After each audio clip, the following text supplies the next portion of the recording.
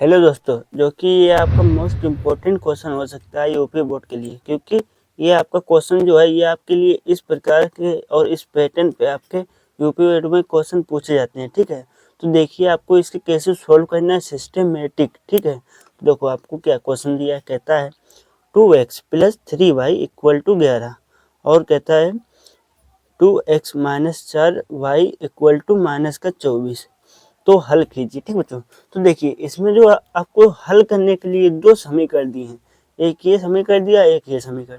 तो सबसे पहले सिस्टमेटिक करने के लिए आप लिखेंगे हल। ठीक है, क्या लिखेंगे? हल।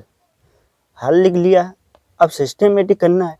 देखो इसमें जो आपको दो समीकरण दिए हैं, इनको दिया है, पहले आपको जो जो इसमें दिया है वो लिख लेंगे। लिखेंगे दिया है। ठीक है, क्या है? दिया है। तो इसमें आपको क्या क्या दिया है, आपको ये दो समीकरण दिए, इनको लिख लेंगे सिस्टमेटिक। लिखेंगे 2x plus 3y equal to 11। ठीक है, ये आपका एक समीकरण हो गया।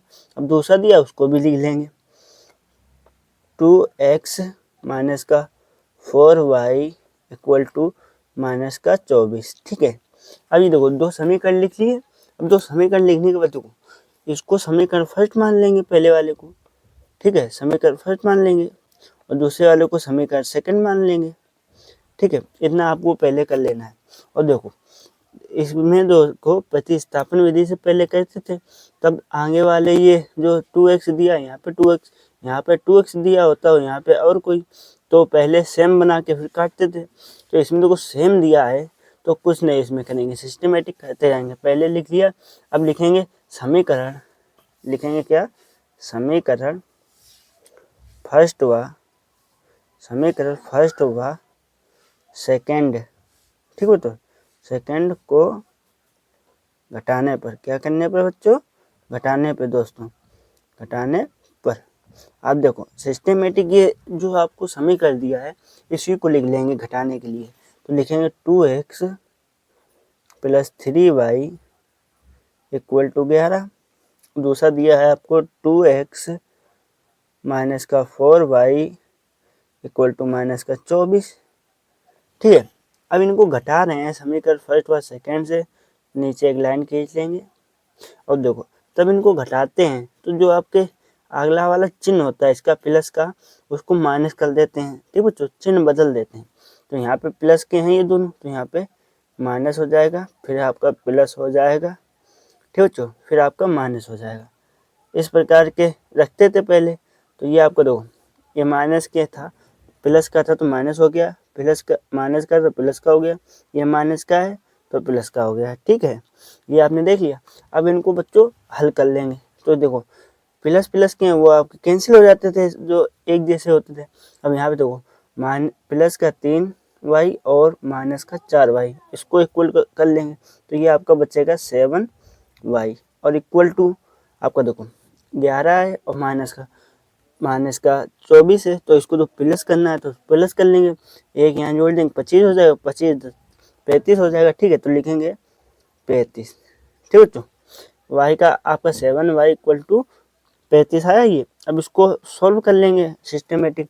तो देखो y है यहाँ पे, तो y ऐसे ही रहेगा, सिस्टमेटिक y रहेगा, और इक्वल टू आपका है जो 35, तो 35 हो जाएगा।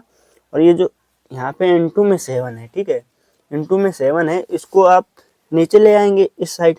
ठीक बच्चों, तो ये आपका भाग में आ जाएगा। ठीक है, तो 7, और देखो 7 से 1 चला जाएगा, 7 पन्ना 35 होता, तो इसको काट देंगे, 7 पन्ना 35। ठीक है, 5 बार में कट गया ये, जो 5 आया आपका, यही आपका y इक्वल टू y का मान आया। ठीक है, यही आपका y का मान आया। ठीक है, ये आप देख लें y का मान आ गया। अब आपको यहाँ पे x का मान ज्ञात करना है। किसका बच्चों? x का दोस्तों, अब मान ज्ञात करना है। y का तो मान मिल गया। तो अब देखो, अब जो y का मान आया है, जो आपने समीकरण फर्स्ट और सेकंड माना था, अब उसमें इसका y का मान रख देंगे। तो लिखेंगे समीकरण, ठीक है, समीकरण फर्स्ट, ठीक है, समीकरण फर्स्ट में y का मान रखने पर, क्या बच्चों? रखने पर। ठीक है दोस्तों, रखने पर। देखो अब जो आपका समीकरण फर्स्ट था उसमें अब y का मान रख, अब y का मान समीकरण 1 में रखेंगे, तो आपका जो समीकरण 1 दिया है उसको सिस्टमेटिक पहले यहाँ पे लिख लेंगे, मतलब उसी में लिख देंगे। तो लिखेंगे 2x, ठीक है, तो प्लस का था आपका 3y, तो आपका 3 लिख लेंगे और y की जगह इसको रखना है, तो यहाँ पे इंटू में आ जाएगा 5, ठीक है बच्चों। अब जो आपको दिया है समीकरण पूरा उसको लिख लेंगे 11, ठीक है, हो गया। अब इसको सॉल्व करेंगे, तो ये आपको देखो 2x है, इसको सिस्टमेटिक ऐसे लिख लेंगे 2x प्लस दो, 3 का 5 में गुणा करा देंगे, तो 3 पचे 15, ठीक है, 3 पचे 15 इक्वल टू 11, ये आपका आ गया। अब इसको और सोल्व करेंगे, देखो ये 15 है इधर प्लस का, वो सोल्व जाएगा तो माइनस का हो जाएगा, तो लिखेंगे 2x इक्वल टू 11 माइनस का 15, ठीक है, इतना समझ में आया। तो जो माइनस का 15 ऐसे हो गया, अब इसको घटा देंगे, तो पहले सिस्टमेटिक लिखेंगे 2x इक्वल टू 15 से 11 चला जाएगा, कितना बचेगा 4 बचेगा, ठीक है, तो लिख देंगे 4, वो भी माइनस का, क्योंकि माइनस की संख्या यहाँ पे बड़ी है, तो माइनस का 4 हो जाएगा।